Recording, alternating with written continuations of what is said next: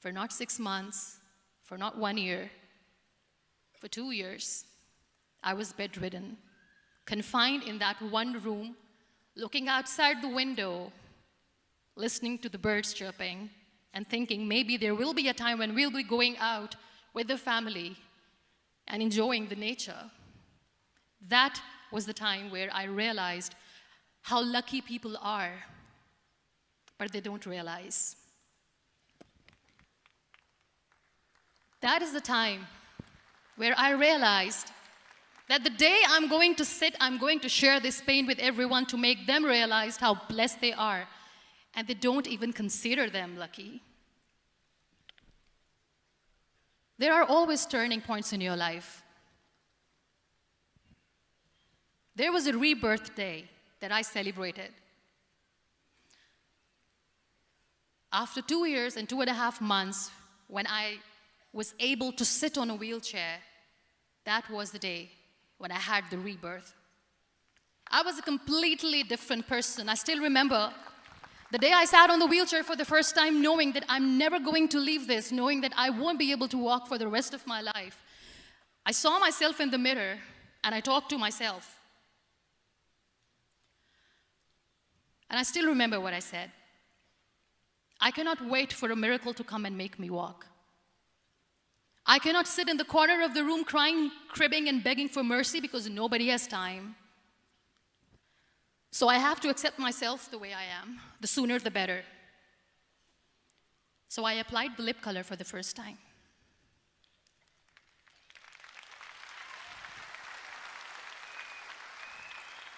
And I erased it. And I cried. And I said, what am I doing? A person on a wheelchair should not do this. What will people say? Clean it up. Put it again. This time I put it for myself because I wanted to feel perfect from within.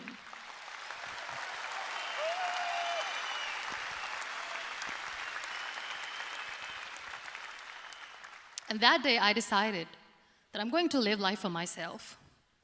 I am not going to be that perfect person for someone. I am just going to take this moment and I will make it perfect for myself. And you know how it all began? That day I decided that I'm going to fight my fears. We all have fears. Fear of unknown, fear of known, fear of losing people, fear of losing health, money. We want to excel in career, we want to become famous, we want to get money. We are scared all the time. So I wrote down one by one all those fears, and I decided that I'm going to overcome these fears one at a time. You know what was my biggest fear? Divorce. I couldn't stand this word.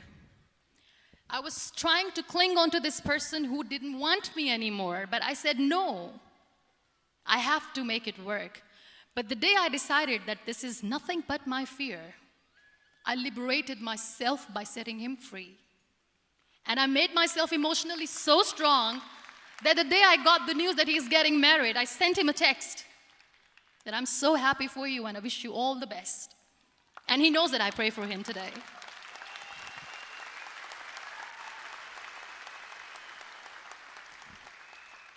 My biggest fear, number 2, was I won't be able to be a mother again. And that was quite devastating for me. But then I realized there are so many children in the world, all they want is acceptance. So there is no point of crying, just go and adopt one. And that's what I did.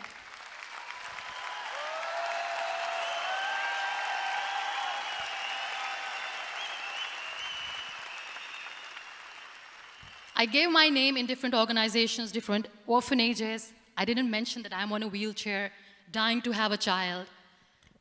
So I just told them that this is Muniba Mazari and she wants to adopt a boy or girl whatsoever, but I want to adopt a kid.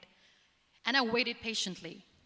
2 years later, I got this call from a very small city in Pakistan. I got a call and they said, are you Muniba Mazari? There is a baby boy and would you like to adopt? And when I say yes, I could literally feel the labor pain. I said, yes, yes, I am going to adopt him. I am coming to take him home.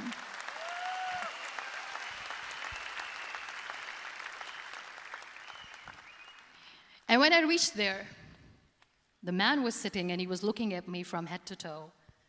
And in back of my head, I kept thinking that, oh my God, he's going to say she's on the wheelchair, she doesn't deserve it. How is she going to take care of him? And I looked at him and I said, do not judge me because I'm on the wheelchair. But you know what he said? He said, I know you will be the best mother of this child. You both are lucky to have each other.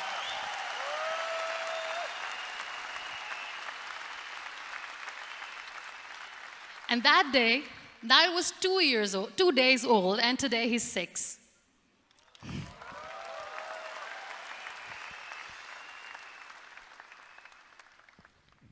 You'll be surprised to know another bigger fear that I had in me. It was facing people.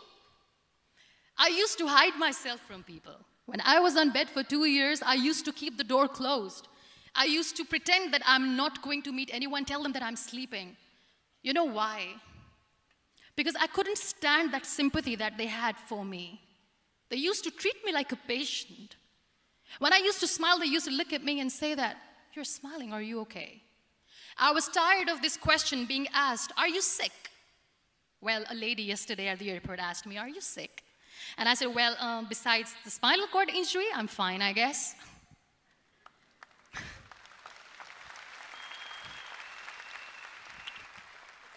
But those are really cute questions. They never used to feel cute when I was on the bed. So I used to hide myself from people, knowing that, oh my God, I'm not going to see that sympathy in their eyes. It's all right. And today I'm here speaking to all these amazing people because I have overcome the fear.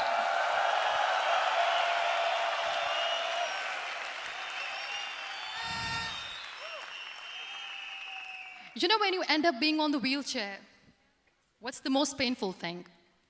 That's another fear that people on the wheelchair, or the people who are differently abled, have in their hearts, but they never share. I'll share that with you. The lack of acceptance. People think that they will not be accepted by the people because we, in the world of perfect people, are imperfects. So I decided that instead of starting an NGO for disability awareness, which I know will not help anyone, I started to appear more in public. I started to paint. I always wanted to. I have done a lot of exhibitions. I'm Pakistan's first wheelchair-bound artist. I have done a lot of modeling campaigns, different campaigns for brands like Tony and Guy.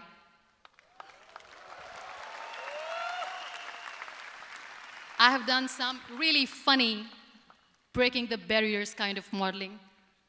There was this one by the name Clown Town where I became a clown because I know that clowns have hearts too.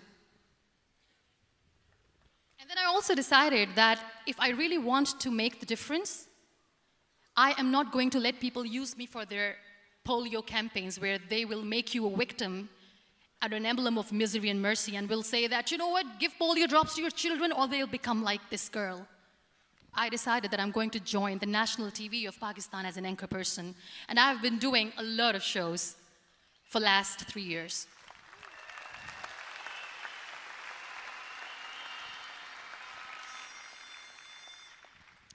So when you accept yourself the way you are, the world recognizes you. It all starts from within. Thank you. I became the National Goodwill Ambassador for UN Women Pakistan, and now I speak for the rights of women, children. We talk about inclusion, diversity, gender equality, which is a must. I was featured in BBC 100 Women for 2015. I'm one of the Forbes 30 under 30 for 2016. And it all didn't happen alone. You all are thriving in your careers. You have bigger dreams and aspirations in life. Always remember one thing. On the road to success, there is always we, not me. Do not think that you alone can achieve things. No. There is always another person who is standing behind you, maybe not coming on the forefront, but behind you, praying for you and supporting you. Never lose that person. Never.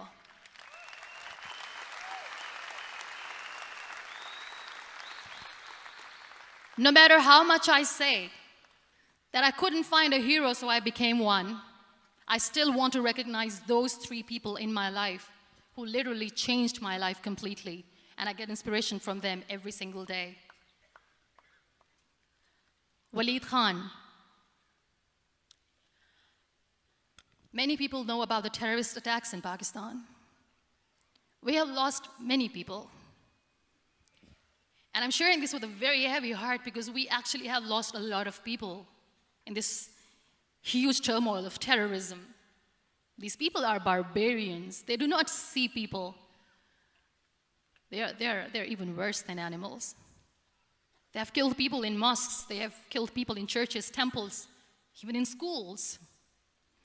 There was this terrorist attack in Army Public School, Peshawar, where these terrorists entered in an examination hall and they killed our children. And in that attack, that day, this beautiful boy, Waleed Khan, who was my hero, my real life hero, was the proctor who was taking care of the students, was keeping an eye on the students. Those barbarians shot him 3 times in the face, 5 times on his body, and he fell down. I was asked to give a talk in the school after a week of that terrorist attack. With a very heavy heart, I went there and I spoke. We sang a few national songs. I thought that maybe I've done my part, but deep inside, it was killing me. I could see children injured. I could see children sitting on the wheelchairs, looking at me, wondering, what next? What was our fault? Just because we were here to give examination, we have been shot. So many people, so many children lost their friends. Their classrooms were empty. The next day they went to the classroom. So this kid, Waleed Khan, I was asked that he is in a hospital right now, and you have to go and see him and motivate him and tell him that it's going to be okay. And when I saw Waleed Khan coming on the wheelchair for the first time in front of me, face was all deformed. His leg was fractured, his arm was fractured. He couldn't talk, he lost his teeth. He cannot sneeze, he cannot smell. He cannot eat. And I kept thinking, what should I say? That everything is going to be all right? No, nothing is all right. And while I was juggling with the words, what to say, what not to say, this beautiful child, Waleed Khan, came to me and he said, "Are you Muniba Mazari?" I said, "Yes." He said, "Baji, let's take a selfie."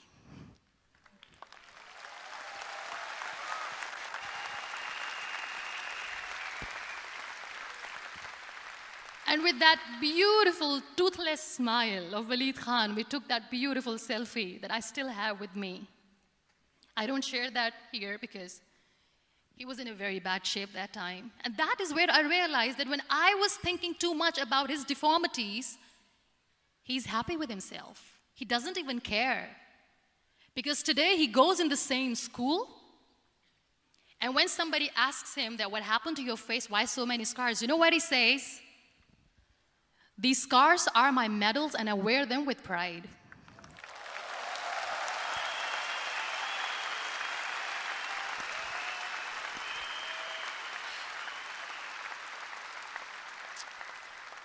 And how beautifully he says that terrorists wanted me not to study. I am going to study. I will become a doctor one day. And this is my way of taking revenge from those terrorists. Another real-life hero, of course, my son. His name is Nile, N-I-L-E, River Nile. I learned so much from this kid.